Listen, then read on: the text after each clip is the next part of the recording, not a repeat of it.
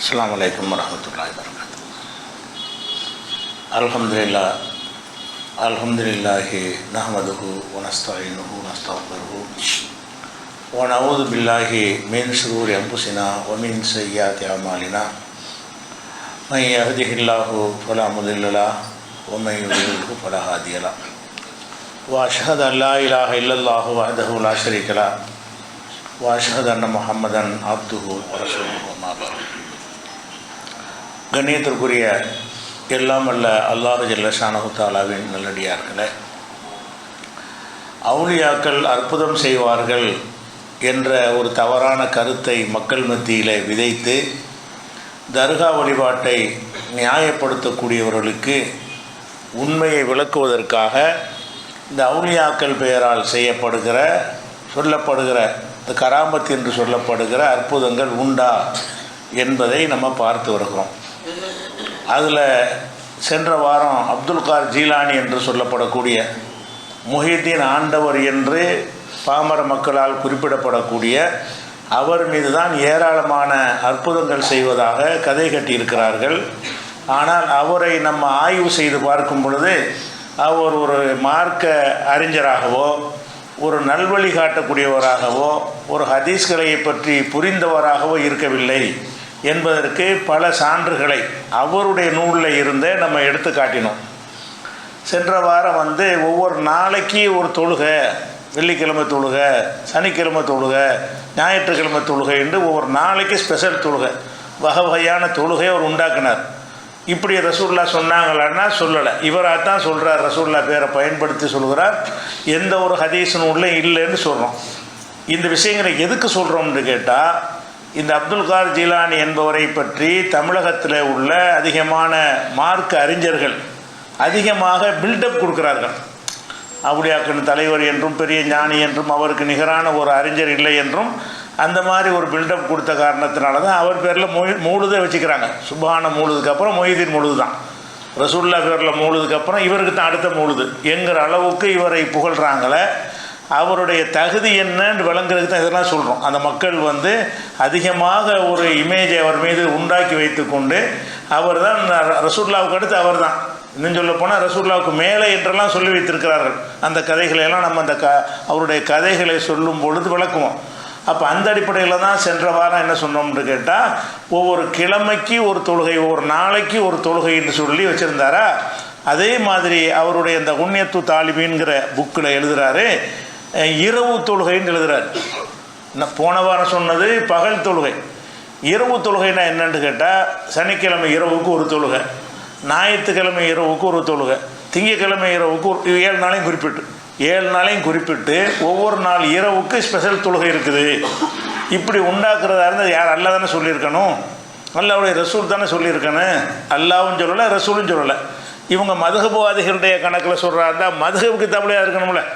எந்த ஒரு மதுஹபுடைய நூல்லையாச்சும் இந்த மாதிரி ஒவ்வொரு கிழமைக்கு ஒரு ஸ்பெஷல் தொழுகை இருக்குது அப்படின்னு சொல்லப்பட்டிருக்கான சொல்லப்படவே இல்லை. ஆனால் இவர் சொல்கிறார். இவர் ஞானிங்கிறாங்க, மகான்கிறாங்க, அவுலியாக்கன் தலைவருங்கிறாங்க. எந்த ஒரு மார்க் அறிவும் இல்லாதவராக என்ன செய்கிறாரு, எழுதி வைக்கிறார். அதில் உதாரணமாக ஞாயிற்றுக்கிழமை இரவுக்கு ஒரு தொழுகை இருக்குங்கிறார். அது என்ன செய்யணும்னு கேட்டால், ஞாயிற்றுக்கிழமை 20 ரக்காத் தொழுகணுமா இரவில். ஞாயிற்றுக்கிழமை இரவில் 20 ரக்காத் தொழுகணும். ஒவ்வொரு ரக்காத்துலையும் அல்ஹம்து சூரா ஒரு தடவை ஓதணுமா, குல் ஹுவல்லாஹு அஹத் 50 தடவை ஓதணுமா. 20 ரக்காத்துக்கே ஒரு கணிதமான நேரம் எடுத்துரும். அந்த 20 ரக்காத்து எப்படி தொழுகணும்னு கேட்டால், அல்ஹம்து சூரா மட்டும் ஒரு தடவை ஓதணும், குல் ஹுவல்லாங்கிறது 50 தடவை ஓத வேண்டும். குல் அவுது ரப்பில் ஃபலக் ரப்பின் நாஸ் இந்த 2 சூறாவையும் ஒவ்வொரு தடவை ஒரு ரக்காத்தில் ஓதணுமா. அடுத்து அஸ்தக்ஃபிருல்லா என்று சொல்வதை ஒரு 100 தடவை ஓதணுமா. அதே மாதிரி தனக்கும் தன் பெற்றோர்களுக்காகவும் அஸ்தக்ஃபிருல்லா என்று சொல்லி ஒரு 100 தடவை ஓதணுமா. ரசூலுல்லாஹ் மேலே ஒரு 100 தடவை செலவாத்து சொல்லணுமா. இதெல்லாம் செஞ்சு ஒரு தொழுகை இருக்கிறது. அதான் மொத்தம் 20 ரக்காத் தொழுவணும். ஒவ்வொரு ரக்காத்துலையும் இப்படி ஓதணும். எப்படி அல்ஹம்து ஒரு ஓதணும். அதே மாதிரி குல் ஹுவல்லாஹ் சூரா ஒவ்வொரு ரக்காத்தில் 50 தடவை, ஒவ்வொரு ரக்காத்தில் 50 தடவை ஓதுனா எவ்வளோ நேரம் ஆகும். அது மாதிரி 20 ரக்காத்து எவ்வளோ நேரம் ஆகும். அப்போ மனிதன் மனைவிக்கு செய்கிற ஃபர்லாம் தொழுதுட்டு, ஃபர்லு போக சுன்னத்தெல்லாம் போக வழக்கமான இரவு தொழுகை இருக்குது, அதெல்லாம் போக இதெல்லாம் போக ஸ்பெஷலாக ஒரு 20 ரக்காத்து ஞாயிற்றுக்கிழமைக்குன்னு உள்ள ரக்காத்து இருக்குங்கிறார். அப்படின்னா இவர் குடும்பம் நடத்த மாட்டார், இரவுல தூங்க மாட்டார், இதே போதை மாதிரி இந்த வணக்கம்ங்கிற ஒரு போதையில் மூழ்கி கிடப்பார். இப்படி ஒரு கூட்டத்தை உண்டாக்குற மாதிரி அவர் இந்த ஞாயிற்றுக்கிழமையே சொல்கிறார். சொல்லிட்டு என்ன செய்கிறாருன்னு கேட்டால், அதில் என்ன கிடைக்கும் என்று கேட்டால், அவருக்குரிய கூலி எவ்வளோ கிடைக்கும்னு கேட்டால், யார் அல்லாஹ்வுக்கு சந்ததிகள் இருக்கிறதாக சொல்கிறார்களோ அந்த எண்ணிக்கை அளவுக்கு இவர் கூலி கிடைக்கும். யார் அல்லாஹ்வுக்கு சந்ததி இல்லைன்னு சொல்கிறாங்களோ அந்த எண்ணிக்கை அளவு, ஒட்டுமொத்த மனித குலத்தின் எண்ணிக்கை அளவு கூலி கிடைக்குமா. மனிதர்களில் 2 சாரார் இருக்கிறாங்க. ஒரு சாரார் அல்லாஹ்வுக்கு சந்ததி இருக்குதுன்னு சொல்லக்கூடியவங்க, ஒரு சாரார் அல்லாஹ்வுக்குலாம் கடவுளுக்கு சந்ததி இருக்காதுன்னு சொல்லக்கூடியவங்க. 2 சாராரின் எண்ணிக்கை அளவுக்குன்னா மனித குலத்தின் எண்ணிக்கை அளவுக்கு. இப்போ 800 கோடி மக்கள் இன்றைக்கி இருக்கிறாங்கன்னு கேட்டால், இதை தொழுதா 800 கோடி நன்மை கிடைக்குமா? எத்தனை கிடைக்கும்? மக்கள் தொகை எண்ணிக்கை அளவுக்கு உங்களுக்கு நன்மை கிடைக்கும் என்று இதெல்லாம் எங்கேருந்து இருக்கிறாரு? அவராக தான் சொல்கிறார். அதே மாதிரி இவரை சொர்க்கத்தில் நபிமார்களோடு சேர்த்து நுழைய செய்வது அல்லாஹ் மீது கடமை. இந்த ஞாயிற்றுக்கிழமை ஸ்பெஷல் தொழுகை 20 ரக்காத். இந்த 20 ரக்காத்துனா எதுன்னு கேட்டால், ஃபர்லு போக, இஷாவுக்கு பிறகு தொழக்கூடிய சுன்னத்து போக, இரவு தொழுகைன்னு தொழுவாங்கள்ல அந்த 8 ரக்காத், அது போக, வித்திரு போக ஒரு 20 ரக்காத்து. இந்த கண்டிஷனில் தொழுவார்களே ஆனால் அவங்களுக்கு இது கிடைக்குங்கிறார. இப்படி சொல்கிறது எங்கேருந்து எடுத்தார்? ஒரு இப்படி சொல்லக்கூடிய ஒரு தொழுகை 72 கூட்டத்தில் எந்த ஒரு கூட்டத்திலே கொள்கையிலாவது இருக்குதா? அப்போ இவர் தனி மார்க்கத்தை தான் நம்ம எந்த ஒரு ஆதாரம் இல்லாமல் உண்டாக்குறாரு. இவர் எப்படி மார்க்க அறிஞர் மேதை என்று சொல்கிறான்னு தெரியல. அவுலியாக்கள் தலைவருங்கிறாங்க. ஒரு சாதாரண இப்படி ரசூலுல்லாஹ் சொன்னாங்களா என்பதை கூட ஒரு ஹதீஸ் நூல்ல தேடி பார்த்து புழுகி இருக்கிறாங்கன்னு கண்டுபிடிக்க தெரியல இவருக்கு. எவனோ பரப்பி விட்டதையெல்லாம் நம்பி என்ன செய்கிறாரு? நம்பி சொல்கிறாரு, அவரே உண்டாக்குறாருன்னு தெரியல. அவரே தான் ரசூலுல்லாஹ் பேரில் இட்டுக்கட்டி இருக்கிறாரோ, எவனோ சொன்னதை நம்பி செய்கிறாரான்னு தெரியல. இந்த மாதிரியான செய்திகள் எல்லாம் இட்டுக்கட்ட கட்டப்பட்டவை என்று அறிஞர்கள் நிராகரிச்சிருக்கிறாங்க.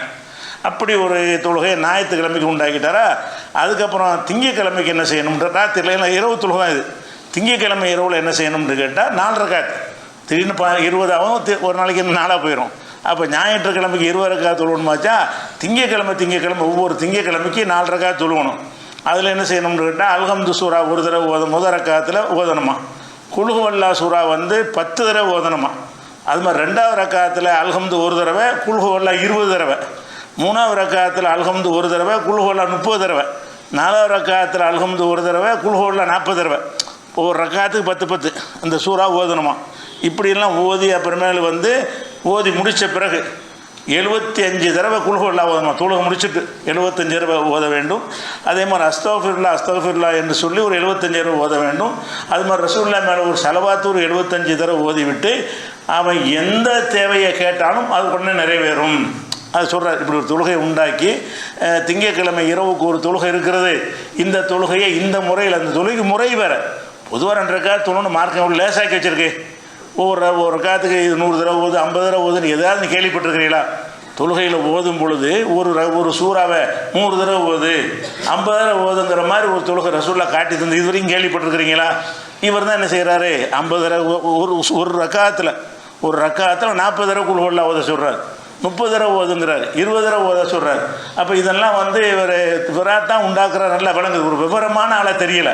ஆனால் மக்களை ஒரு போதையில், வணக்கம்ங்கிற ஒரு போதையில், இதுதான் ரசூலுல்லாஹ் ஹலக்கல் முத்தனத்தி உண்டாங்க. இந்த வணக்கம்ங்கிறதுல எல்லை மீறக்கூடிய நாசமாக போயிட்டாங்கன்னு ரசூலுல்லாஹ் எச்சரித்தாங்க. ரசூலுல்லாஹ் சொன்னாங்க, ஹலக்கல் முத்தனத்தி மார்க்கம் என்ற பெயரால் எல்லை மீறி போகிறாங்கல்ல, அவர்கள் நாசமாகி விட்டார்கள் ரசூலுல்லாஹ் சொன்னாங்களே. அந்த இதுக்கு ஒரு எடுத்துக்காட்டாக இவரை சொல்லலாம். இவர் சொல்லக்கூடிய வணக்கங்கள் அப்படி தான் எல்லை மீறக்கூடிய வகையில் தான் அவருடைய வணக்கங்கள் இருக்குது. இது திங்கக்கிழமையுடைய ஒரு தொழுகை. அதே திங்கக்கிழமைக்கு இன்னொரு வகை இப்படி இல்லாட்டி என்ன செய்யலாம், வேறு மாதிரி தொழுவலாங்கிறார். அது என்ன தொழுவலாம்னு கேட்டால், 2 ரக்காத்து என்ன செய்யணும்னா, ஒவ்வொரு ரக்காத்துலையும் அல்ஹம்து சூரா ஒரு தடவை, குல் ஹுவல்லாங்கிறது ஒரு 15 தடவை, குல்ல ரப்பில் ஃபலக்கு ஒரு 15 தடவை, குல்ல ரப்பின் நாசு ஒரு 15 தடவை. அதுக்கப்புறம் சலாம்லாம் கொடுத்த பிறகு 15 தடவை ஆயத்தில் குர்சி, அதுக்கப்புறம் 15 தடவை அஸ்தக்ஃபிருல்லாஹ், அல்லாஹ் பாவம் மன்னிப்பு தேடுறது. இப்படி ஓதுனானையானால் இவனை சொர்க்கவாசிகள் பட்டியல் எல்லாம் ஒன்று வச்சுருக்கிறானா. இவன் பேர் உடனே ஆட் பண்ணிடுவானா. இவரை சொர்க்கவாசிகள் பெயரில் அல்லாஹ் சேர்த்துருவான். இவன் நரகவாசிகள் லிஸ்ட்டில் அல்லாஹ் எழுதி வச்சுருந்தாலும் சரி, இவன் இந்த திங்கக்கிழமையை தொழுகையை தொழுதுட்டான்னு சொன்னால் உடனே அந்த லிஸ்ட்டை மாற்றிடுவான்ல அப்படிங்கிற அளவுக்கு என்ன செய்கிறாருன்னா சொல்கிறார். அதே மாதிரி ஒவ்வொரு ஆயத்து ஓதுனான்ல, அந்த ஓதுன ஒவ்வொரு ஆயத்துக்கு ஒரு ஹஜ்ஜு ஒரு உம்ரா. எத்தனை ஆயத்து இருக்குது? ஒவ்வொரு சொன்னக்கூடிய வசனங்களில் வந்து அல்ஹம்து சூறாவே வந்து ஒரு தடவை அதில் ஒரு 7 ஆயத்து இருக்குது. அதுக்கப்புறம் குல்லு வல்லா வந்து அதில் ஒரு 5 ஆயத்து இருக்குது. அது 15 தடவை.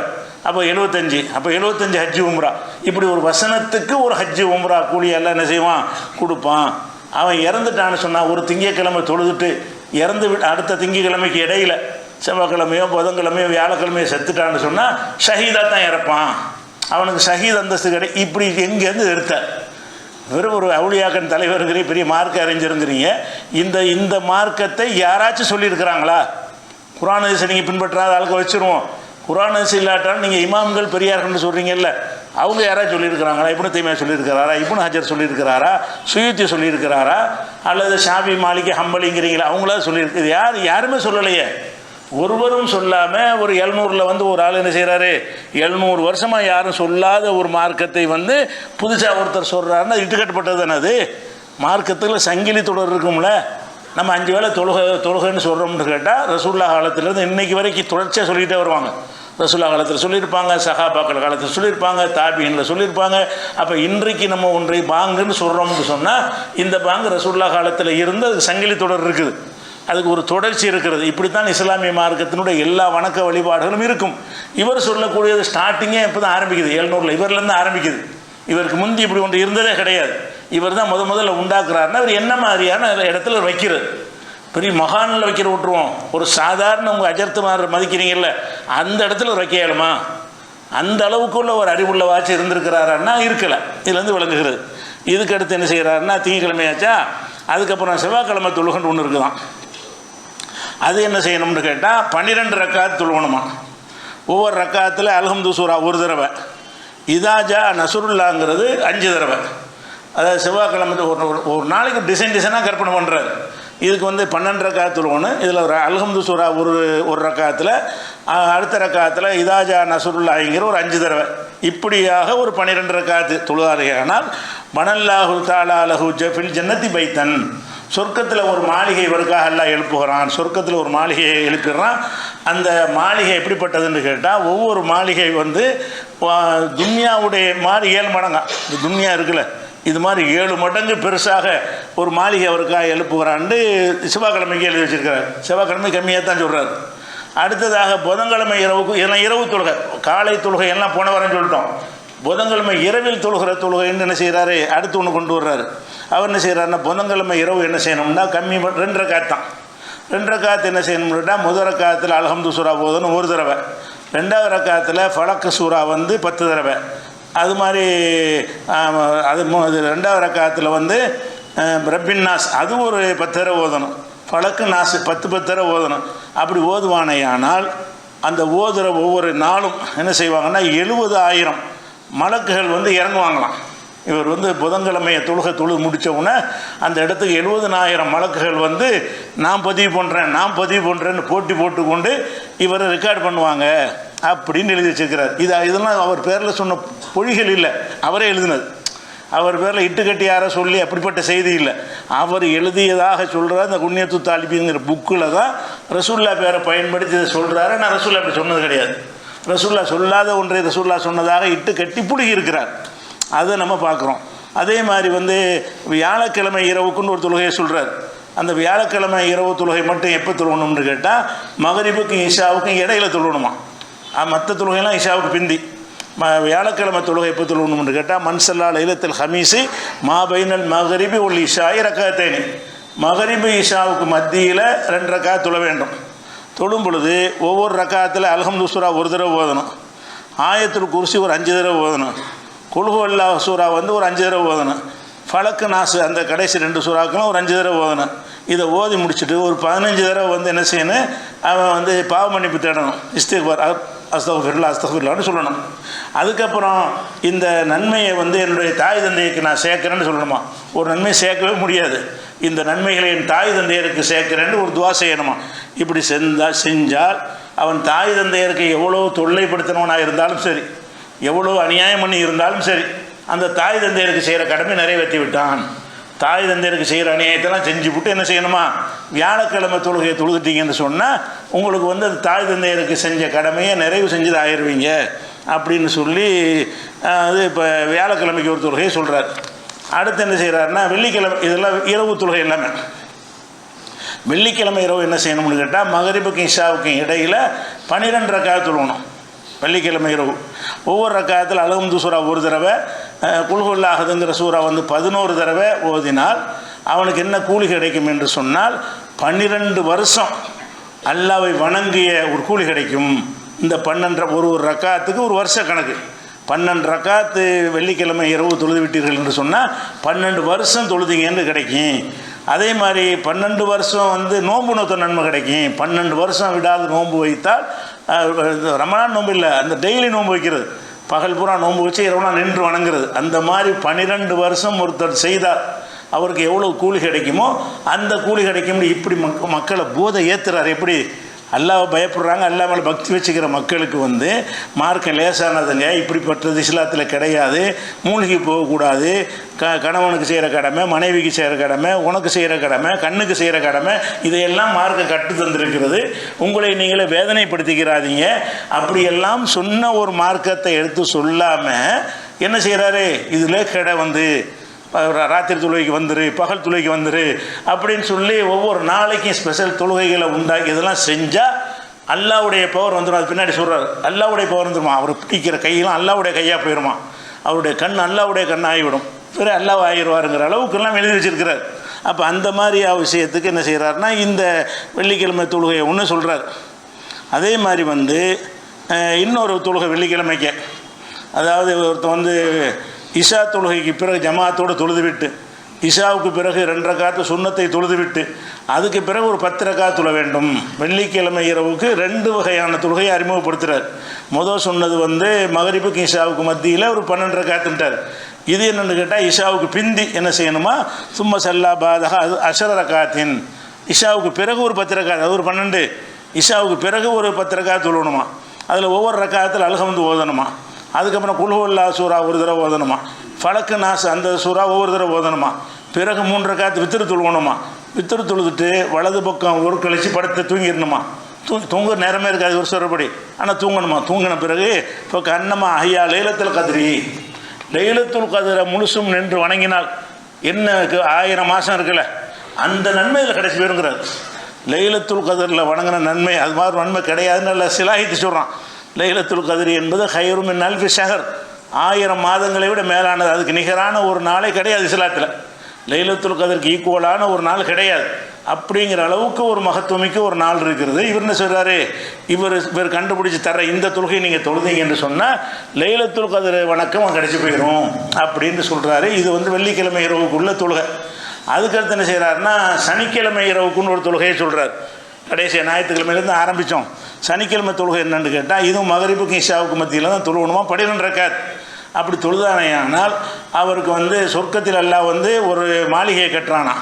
அதே மாதிரி ஒவ்வொரு மூமினுக்கும் ஆணுக்கும் பெண்ணுக்கும் தர்மம் செய்த கூலி இவர் கிடைக்கும். இவருக்கு என்ன கூலி கிடைக்கும், இந்த 12 ரக்காத் தொழுதுட்டாருன்னு சொன்னால் ஒவ்வொரு மூமினுக்கும் அவர் தர்மம் செஞ்சாராம். இருக்கிற அத்தனை கோடி 200 கோடி முஸ்லீம்கள் இருக்கிறாங்கன்னு கேட்டால் இந்த 200 கோடி பேருக்கும் இவர் தர்மம் செஞ்சார் அப்படிங்கிற ஒரு நன்மையெல்லாம் எழுதி வச்சுருவானா. அதே மாதிரி யகூதிய கொள்கையிலிருந்து விலகி கொள்வானா. அதே மாதிரி இவரை மன்னிப்பது அல்லாஹ் கட்டாய கடமையாகிவிட்டது அப்படின்னு சொல்லி சனிக்கிழமை ஒரு இதுன்னு கொண்டு வந்துடுறார். அப்போ இது ஒரு வணக்கத்தை கற்றுக் கொடுக்குறார், ஒரு கிழமைக்கு ஒரு வணக்கம். அதுக்கப்புறம் என்ன செய்கிறாருன்னு கேட்டால் இன்னொரு தொழுகையை கற்றுத்தர்றாரு, சலாத்துல் கிஃபாயா. வகை தொழுகைலாம் வகையாக தொழுகைக்கு பேர் வச்சு சலாத்துல் கிஃபாயா, கிஃபாயான்னு சொன்னால் உங்களுடைய எல்லா தேவைகளையும் பூர்த்தியாக்குகிற ஒரு கிஃபாயான்னா போதுமாக்கக்கூடிய தொழுகை அப்படிங்கிறார். இந்த தொழுகை என்னன்னு கேட்டால் அது 2 ரக்காத்து தான், எப்போ வேணாலும் தொழுவலாமா, ஐவக்தின்னு காணும், எப்போ வேணாலும் தொழுவலாமா. என்ன தொழுவணும்னு கேட்டால் ஒவ்வொரு ரக்காத்தில் அல்ஹம்து சூரா ஒரு தடவை ஓதணுமா, குல் ஹுவல்லாஹ் 11 தடவை ஓதணுமா. ஓதிட்டு ஃபஸயக்ஃபீகஹுமுல்லாஹு வஹுவ ஸமீஉல் அலீம் அப்படிங்கிற வசனம் பக்கராவில் 137 வசனம், அதை ஓதணுமா. எத்தனை தடவை, 50 தடவை ஓதிட்டு ஃபஸயக்ஃபீகஹுமுல்லாஹுன்னு 137வது வசனத்தை ஒரு 50 தடவை ஓதிவிட்டு பிறகு சலாந்து கொடுத்து விட்டு ஒரு துவா செய்யணுமா.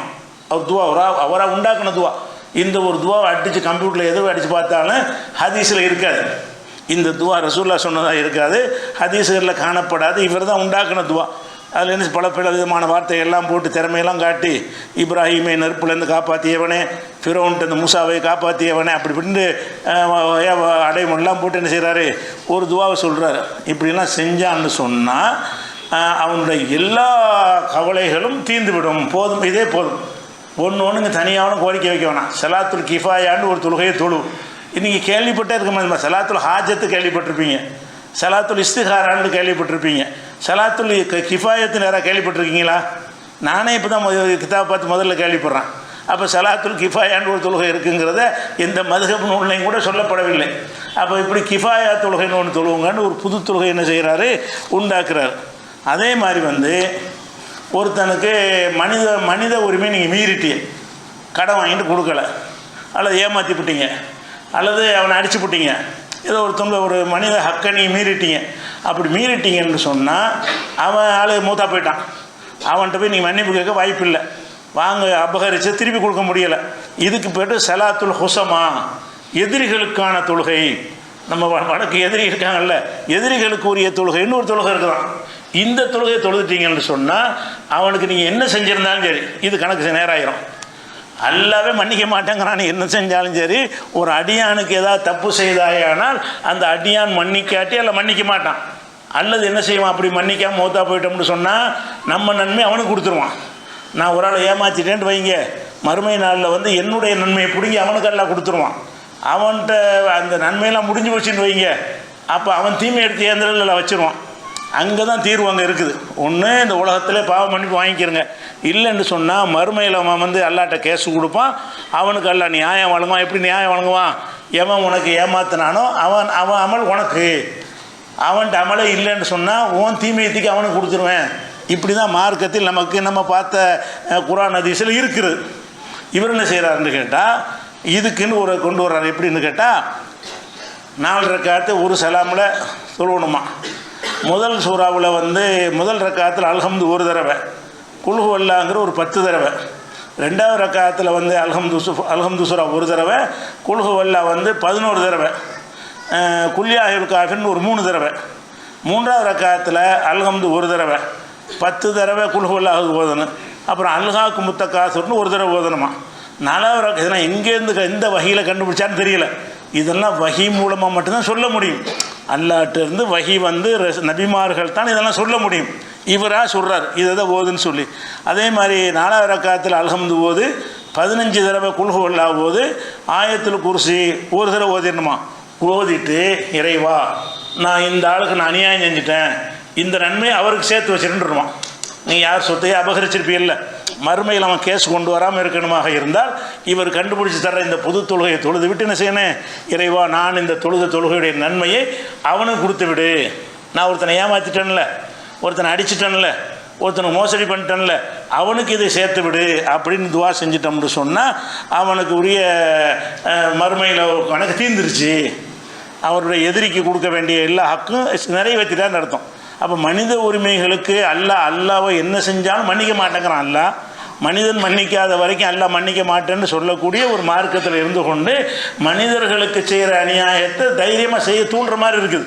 நீ தைரியமாக பண்ணுப்பா. கடைசியாக அந்த சலாத்துல் ஹுசமான்னு தொழுகை இருக்குல்ல, அதை தொழுத கணக்கு நேராகி போயிடுறேன். கடன் வாங்கி ஏமாற்றலாம், ஏமாற்றி விட்டு இந்த சலாத்துல் ஹுசமான்னு ஒரு தொழுகையை போட்டுற வேண்டியதான்.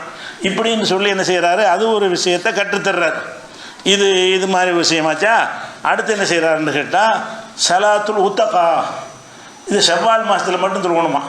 அதாவது நரகத்திலிருந்து விடுதலை பெறக்கூடிய ஒரு தொழுகை அப்படின்னு சொல்லி என்ன செய்கிறாரு, அதுக்கு ஒரு விதங்களை சொல்கிறார். எப்படின்னு கேட்டால் இரவில் 8 ரக்காத் தொழுகணுமா ஷவ்வால் மாதத்தில். அது பகலாக இருக்கலாமா இரவாக இருக்கலாம், வேற அடிக்கிறது தானே. பகலாக இரவு எப்போது தொழுதுக்கிறங்க.